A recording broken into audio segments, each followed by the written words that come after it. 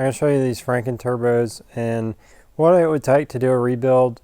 You nearly want to just go ahead and say these are not rebuildable, and I'll show you why. And also I'll show you the flaws that are involved with these turbos so that you could fix them possibly before they have problems. What I'm doing with these to try and fix these, mainly to give you an idea what's happened, is this shaft, at least one of the shafts is bad, possibly both of them. Just because the shaft's bad, it puts you through a whole lot of extra work that you shouldn't have to do. The shaft that's originally in this turbo, the bore is bigger, and the collar and spacer have to match that. So if you want to do a rebuild, you have to, if you're trying to replace this collar and spacer, then you need to have that custom made because the OEM ones are not the same size. These are bigger for the Frankenturbos. If you want to replace the shaft, then you also have to replace the compressor wheel because the shaft bore is bigger. If you're trying to use an OEM compressor wheel, it's going to be too small to fit onto this shaft. And if you're trying to replace the shaft and use the original compressor wheels will be too big for the OEM shaft. Because of that problem there, I have to replace the shaft and the compressor wheel, and then I have to machine the compressor housings to match the new compressor wheel that I had to replace.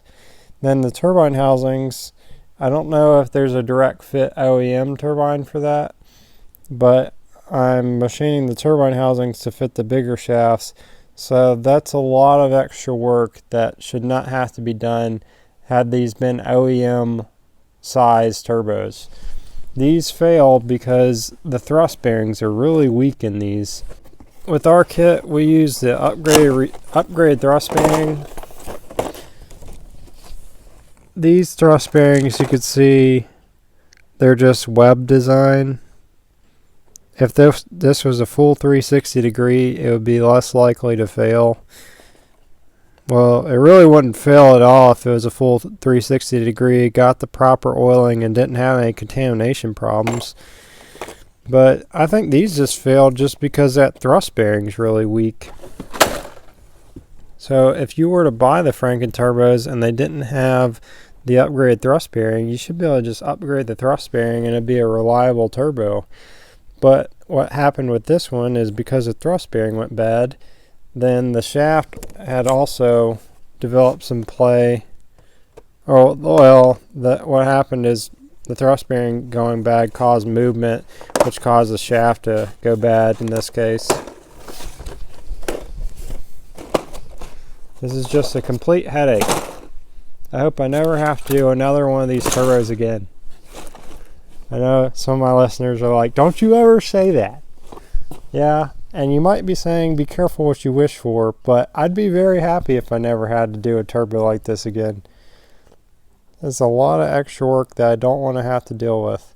And this one, the wastegate flap kept moving in and out because these turbine housings are not OEM. So I'm going to have to try and fix that somehow. But the problem with fixing the flap is that even the flap and bushing are not OEM size, which I have replacement parts for.